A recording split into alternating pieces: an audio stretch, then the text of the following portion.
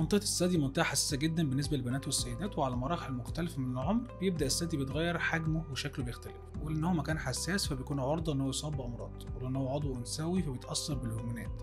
عشان كده بتيجي شكاوي منه باختلاف الأعمار عن الإحساس بالألم بدرجات متفاوتة. فيا ترى إيه ممكن يكون سبب وجع الثدي؟ وهل هيفرق السبب في كونك لسه آنسة أو حامل؟ معاكم دكتور أحمد بدر الدين، أخصائي أمراض النساء والتوليد والحقن المجاري وتأخر الحمل. يلا بينا هنبدأ فيديو جديد هقول لكم فيه على معلومات بتهم كل آنسة ومدام. إيه اللي ممكن يسبب وجع الثدي؟ وجع الثدي ليه عوامل كتير، خلونا نقسمهم كده ونتكلم عليهم واحدة واحدة. بالنسبة للأسباب الشائعة ممكن يكون فيه التهاب أو تكتل، يعني اتخبطت فيه وأنت مش واخدة بالك، نمت بطريقة مش مظبوطة، الحاجات المتعارف عليها دي، وساعتها الوجع بيكون محتمل وبيروح على طول. غير الأسباب الشائعة دي بتكون في أسباب محددة لحالات بعينها، وهنا هتكلم عن وجع الثدي للحامل وغير الحامل. لو كنا نتكلم عن الحامل، أول سبب هيجي في دماغنا هو الهرمونات، وده شيء منطقي جدا لأنه فعلا من ساعة الجسم معرف إن في حمل خرج الاستروجين والبروجسترون اللي هما هرمونات الحمل، من ضمن اللي بيعملوه هما بيروحوا للثدي يخلوه يستعد، وهنا حجمه بيزيد بيكون أكتر حساسية، تحس فيه الحمل بألم نتيجة التغيرات اللي حصلت فيه، ممكن يستمر معاه اثناء الرضاعه كمان. طيب غير الحامل، هنا هنبدا نتكلم عن الدوره الشهريه، لان متعارف عليه اثناء الدوره الشهريه وقبلها بكام يوم الثدي بيكون في حاله استنفار، اللي هو هيحصل حمل ولا لا،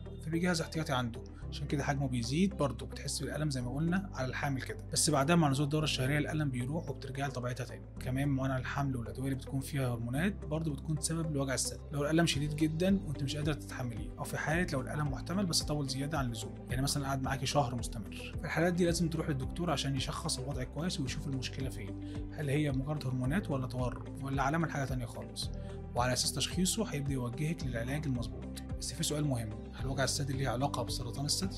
هجاوبكم على السؤال ده في فيديو جديد ان شاء الله هينزل قريب. ما تنسوش بس تعملوا اشتراك في القناه وتفعلوا زر الجرس عشان توصلكم الفيديوهات الجديده اول باول. دمتم سالمات.